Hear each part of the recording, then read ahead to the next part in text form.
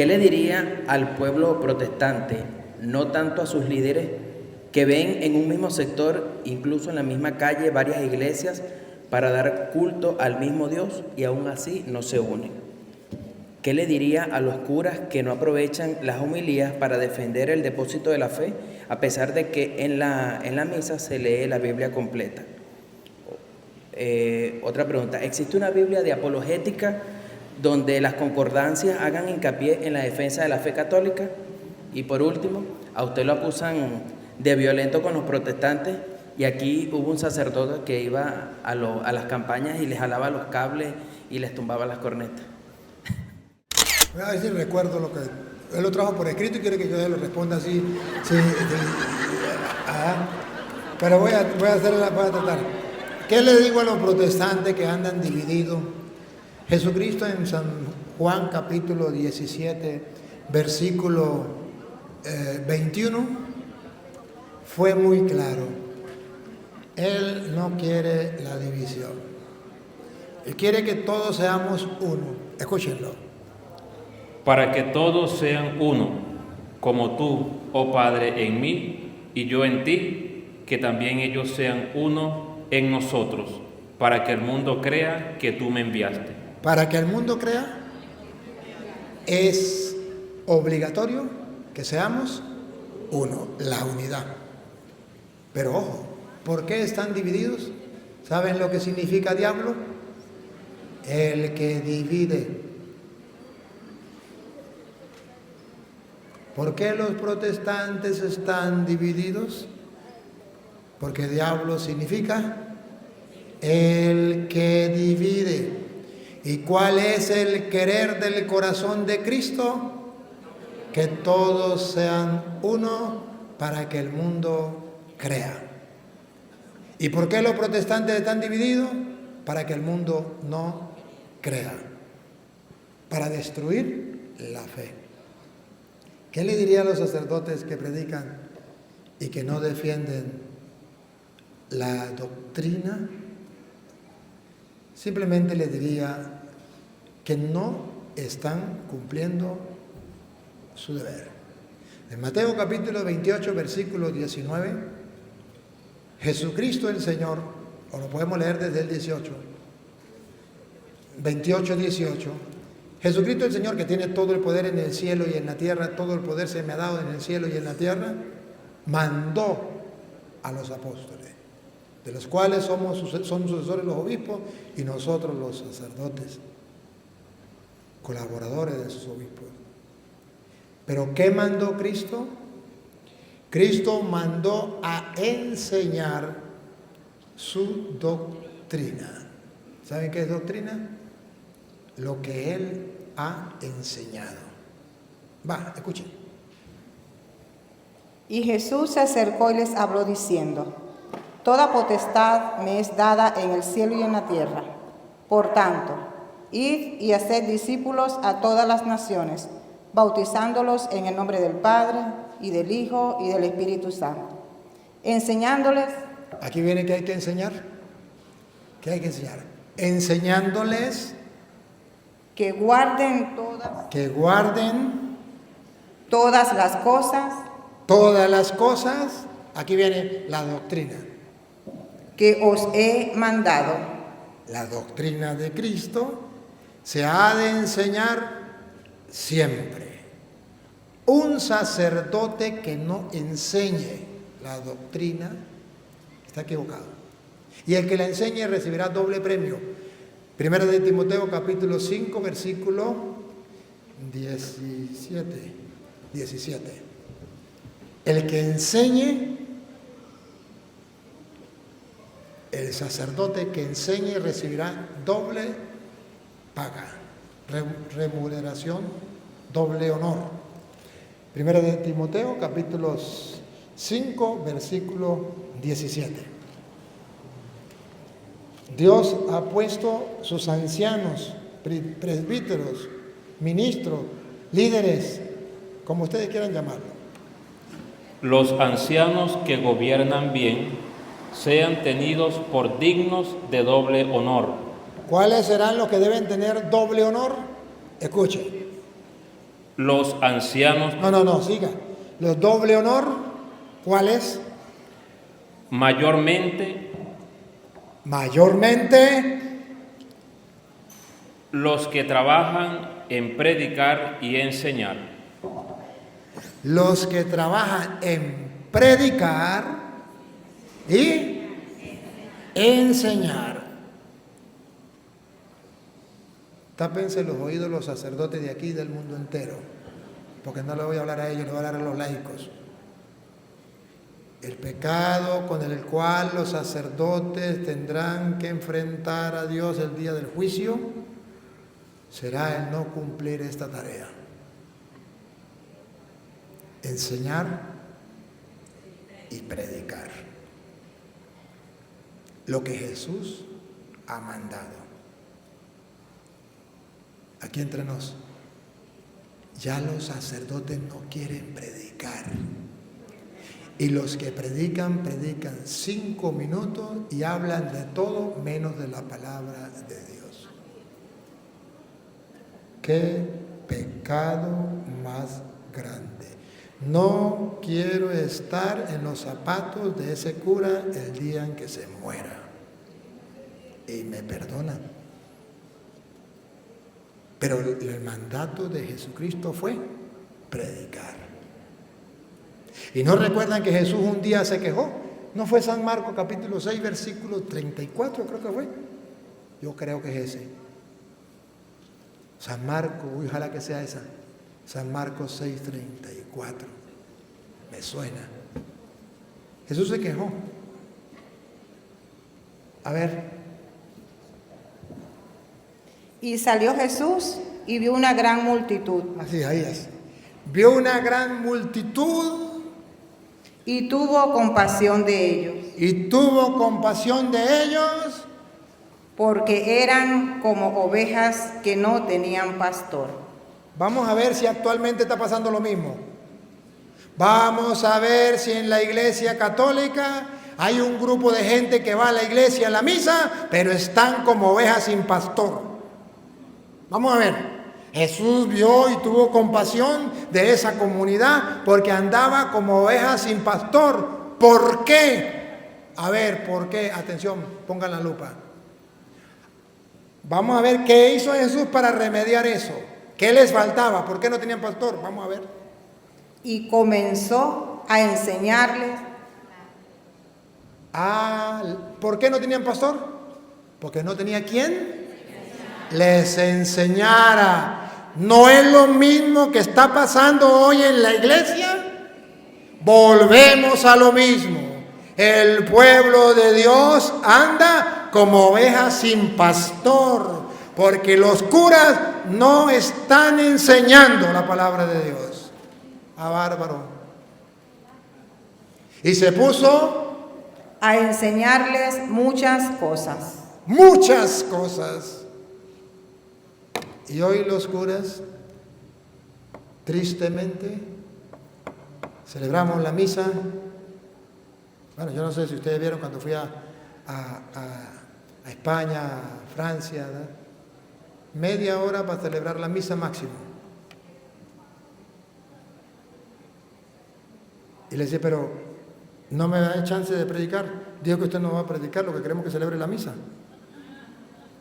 Pero ¿qué voy a celebrar en misa yo si la gente no sabe lo que va a hacer? Y por eso ustedes verán que en Francia, en España, en Italia, no me vieron casi celebrando misa. Celebraba la liturgia de la palabra. Los engañaba. Me revestía y ellos pensaban que yo iba a celebrar misa. Y salía y le celebraba la liturgia de la palabra, no le celebraba misa. Porque solamente me daban media hora, 40 minutos. Solamente les predicaba. Y cuando llegaban, la hora, el tiempo, la bendición de Dios Todopoderoso, Padre, Hijo y Espíritu Santo, descienda sobre ustedes, chao. Y quedaban así. ¿Y por qué terminó así? Porque no era misa, era la liturgia de la palabra. Porque yo sabía que me iban a cortar, porque el pueblo no quiere, bueno, el pueblo sí quiere, pero eran los jefes. Ahora, ¿por qué está Europa atea? Porque los curas no quisieron predicar más. Y para allá vamos aquí también. Y si estos callan, las piedras gritan. El Señor dio la orden, mandó a predicar. El pueblo anda como ovejas sin pastor. Me perdonan mis hermanos sacerdotes, pero no puedo callar. Es un gran error. ¿Por qué no predicar? Si Cristo sintió compasión y comenzó a predicarles, a enseñarles largamente, porque andaban como ovejas sin pastor. Y el alimento es la palabra de Dios. ¿No recuerda Mateo 4:4? No solo de pan vive el hombre, sino de toda palabra que sale de la boca de Dios. Y si el pueblo se alimenta de la palabra que sale de la boca de Dios y los curas no lo están predicando, el pueblo está desnutrido. Con razón la mayoría están metiendo evangélicos y otros ateos. La cosa es en serio. ¿Y saben qué es lo peor? Que los seminaristas, que son futuros sacerdotes, que no me escuchen los seminaristas, ni siquiera han leído la Biblia y no se les ha pasado por la cabeza leerla, porque están estudiando filosofía y teología, porque quieren ser doctores en teología, en filosofía. ¿Qué me importa? Eso es basura, eso no sirve para nada. Si no tiene como fundamento la palabra de Dios. Ojo, aclaro, porque si no me agarran la piedra. Claro, la filosofía y la teología, si no tiene su fundamento en las Sagradas Escrituras y si no se le da importancia a la Sagrada Escritura, es basura. Los papas lo han dicho, los papas últimos, Benedicto y Francisco, lo han dicho. A los teólogos, volvamos a la fuente, volvamos a la Biblia. No quiero teología sin Biblia. Qué lindo, ¿no? Pero no le han hecho caso. Me tocó usted la herida. Y perdóneme, pero estoy sangrando por la herida. Y me duele. Y me duele. Porque lo peor es que cuando hay un sacerdote que predica, se molestan. Yo tuve una oportunidad de ir a una comunidad y me invitaron. Y cuando llegué me dice el Señor que me ha invitado: no, padre, el padre no dio permiso. Y le dijo a la gente: tienen permiso para ir a los testigos de Jehová a escucharlos. A los pentecostales, a los evangélicos, a todos ellos pueden ir, tienen permiso para ir. Porque eso es lo mismo, el mismo Dios y la misma Biblia. Y además aquí somos ecuménicos. Pero el que vaya a escuchar al Padre Toro queda excomulgado de la iglesia. Mas nunca le doy la comunión y se larga de la iglesia. Y una catequista que era valiente se paró y le dijo: eso no es ecumenismo. Si ecumenismo es escucharlos a todos, que escuchen a los evangélicos, pero también al Padre Toro. Y él movió y fue y habló con el obispo, y el obispo, sin importarle nada y sin averiguar las cosas y sin nada,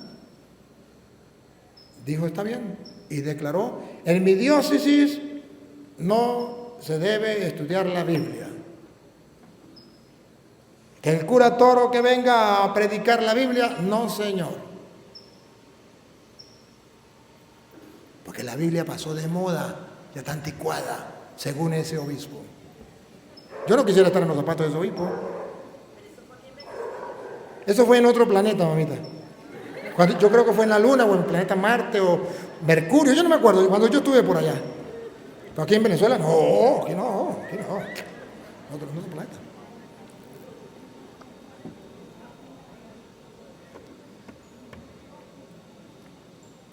Perdóneme, pero es que me duele. Yo no soporto el dolor grande. Por eso yo predico por YouTube, que es la única, voy a decir una barbaridad, entre comillas, ¿sí? No, para que no me mal, la única iglesia donde me dejan predicar. Bueno, estoy exagerando, estoy echando una broma. No, gracias a Dios, en todas partes me abren las puertas. Que hay siempre quienes la cierren, pues eso es verdad. ¿verdad? Y yo no tengo problema. Yo soy como pollo peletas. Donde no te quieran, no te metas. ¿Y la última cuál era? Que si existe una Biblia de apologética. Que si existe una Biblia apologética que yo conozca, no. Que yo conozca, no. Ahora, ¿existe una Biblia que tenga concordancia y que le pueda ayudar a usted a estudiar a nivel apologético? Sí, se llama la Biblia de Jerusalén de estudio. Un poquito cara así es. Pero tiene la concordancia donde le puede ayudar a usted. También existen incluso libros de concordancia. Y en el celular existen aplicaciones que usted baja la Biblia y ahí están las concordancias también. Entonces busca las concordancias y usted puede ir buscando el tema, por ejemplo, sobre el amor. Y ahí salen todas las citas. ¿Qué dice ahí? No veo. La Biblia devocional de estudio, ¿eso qué es? ¿Otra Biblia? Ah, no, se llama la Biblia de Jerusalén. La Biblia de Jerusalén, de estudio. Ella trae muchas concordancias para usted estudiar una cosa y la otra. Pero no trae todas. Hay un libro de concordancias. Así se llama, concordancias. Pero también en el celular, le digo, casi todas las Biblias que he visto en el celular traen concordancias. Usted pone un tema, usted pone un título, por ejemplo, el pecado, y ahí sale la lista. Sobre los sacrificios, ahí sale la lista. Todo muy importante, muy interesante. Gracias por su pregunta.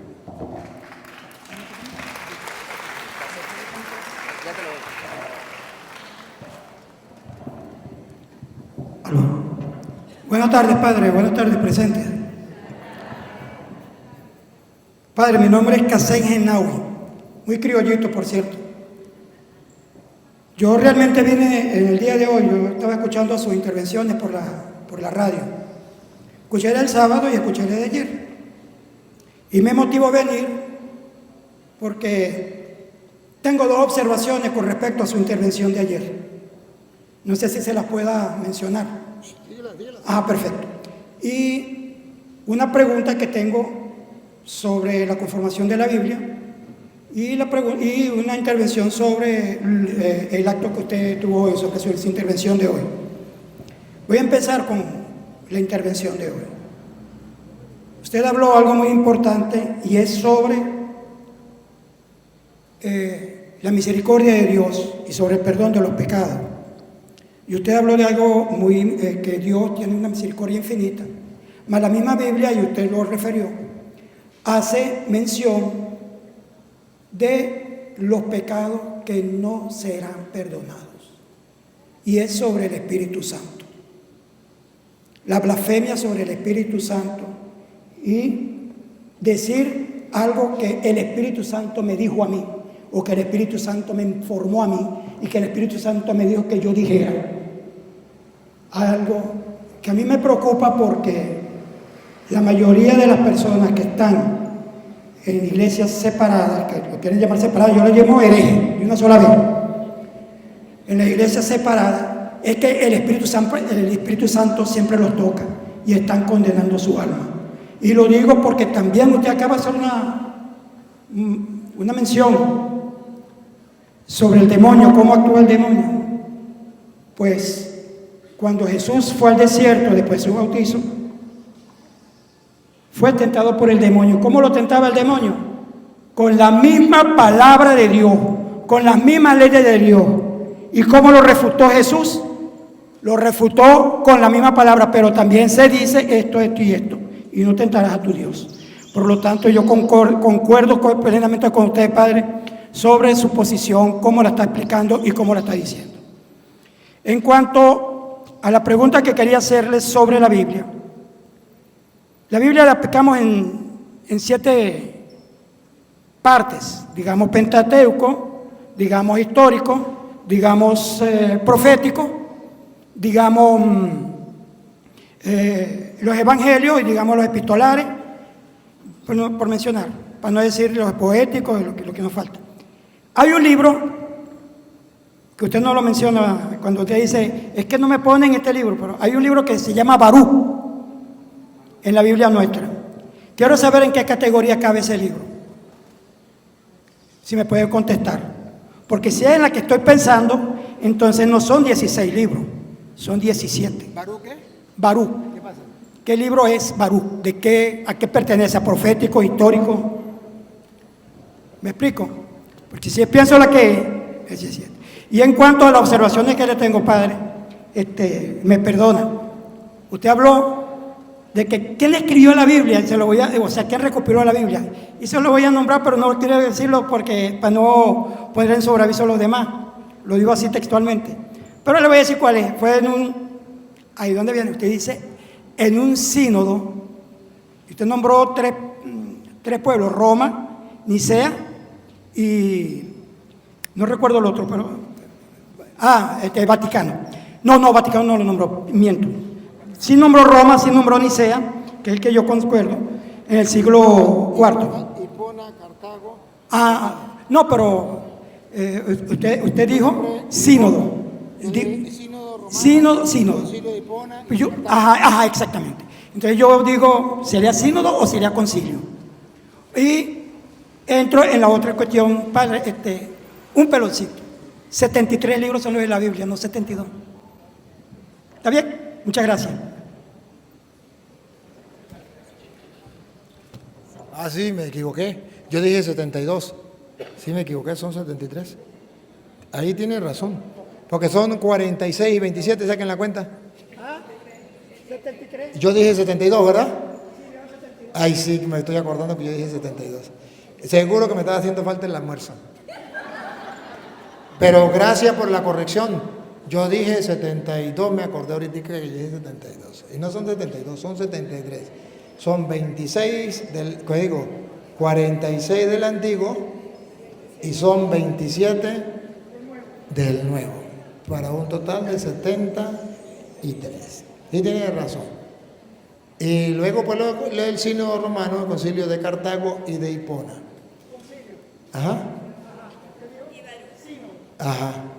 Sí. Y luego, ahí sí se la quedo debiendo yo porque para esa clase yo no fui. Yo andaba comprando gasolina, haciendo la cola para la gasolina. Disculpe, en cuanto a la misericordia de Dios, que es infinita y todo lo que usted explicó, maravilloso, toda su intervención. Pero a mí particularmente me quedó una duda y a lo mejor la tienen mucho.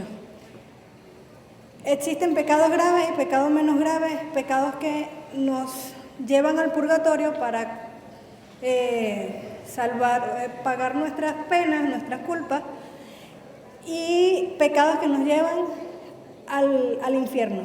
¿Usted me puede aclarar brevemente, no sé, cuáles son esos pecados que no voy a poder, porque si Dios es infinito, incluso me perdonan matar a alguien, que es lo que yo considero una de las cosas más graves, aparte de difamar al Espíritu Santo?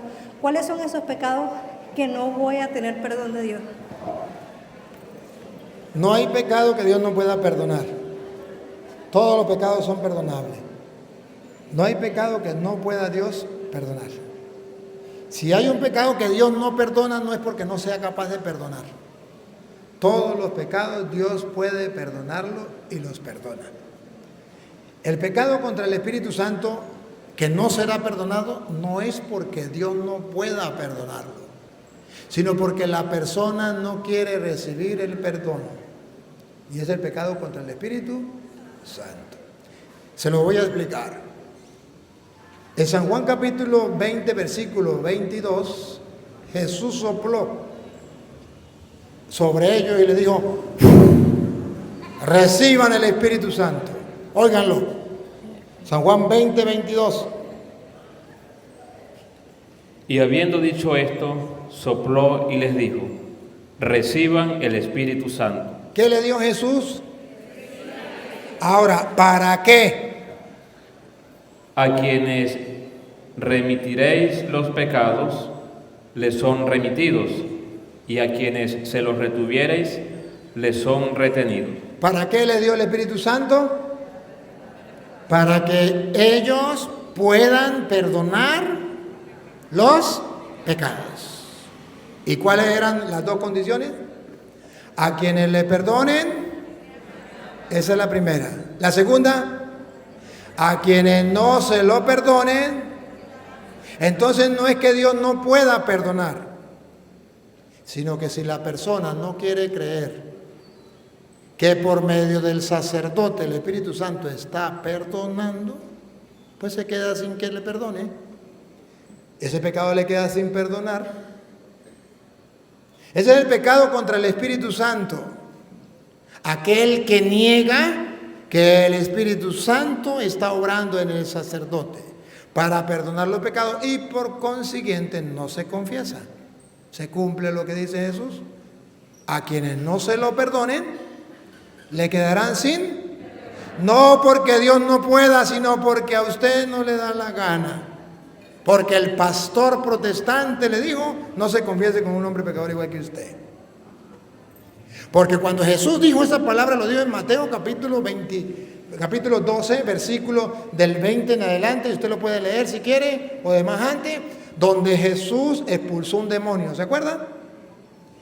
Y entonces dijeron, este expulsa a los demonios por el poder de Belcebú, y no por el poder de Dios. Y Jesús le dijo, si yo expulso a los demonios por el poder de Belcebú, sus hijos por el poder de quién lo expulsan. Pero si yo lo expulso por el poder del Espíritu Santo, por el dedo del Espíritu Santo, es porque el reino de Dios ha llegado a ustedes. Y es cuando dice Jesús, todo pecado será perdonado, pero el que blasfeme contra el Espíritu Santo no será perdonado. Observe que está hablando en cuanto un exorcismo. Jesús estaba sacando un demonio.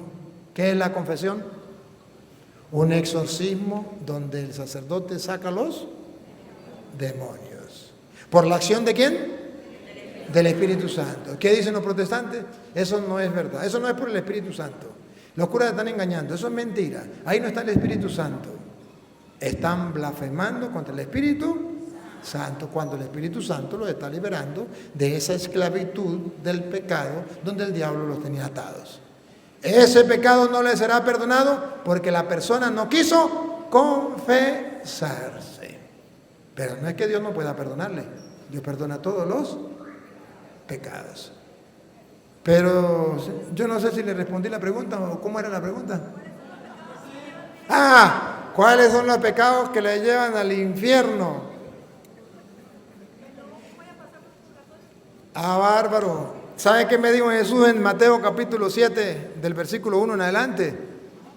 Dice, no juzgues y no seréis juzgados, no condenes y no seréis condenados.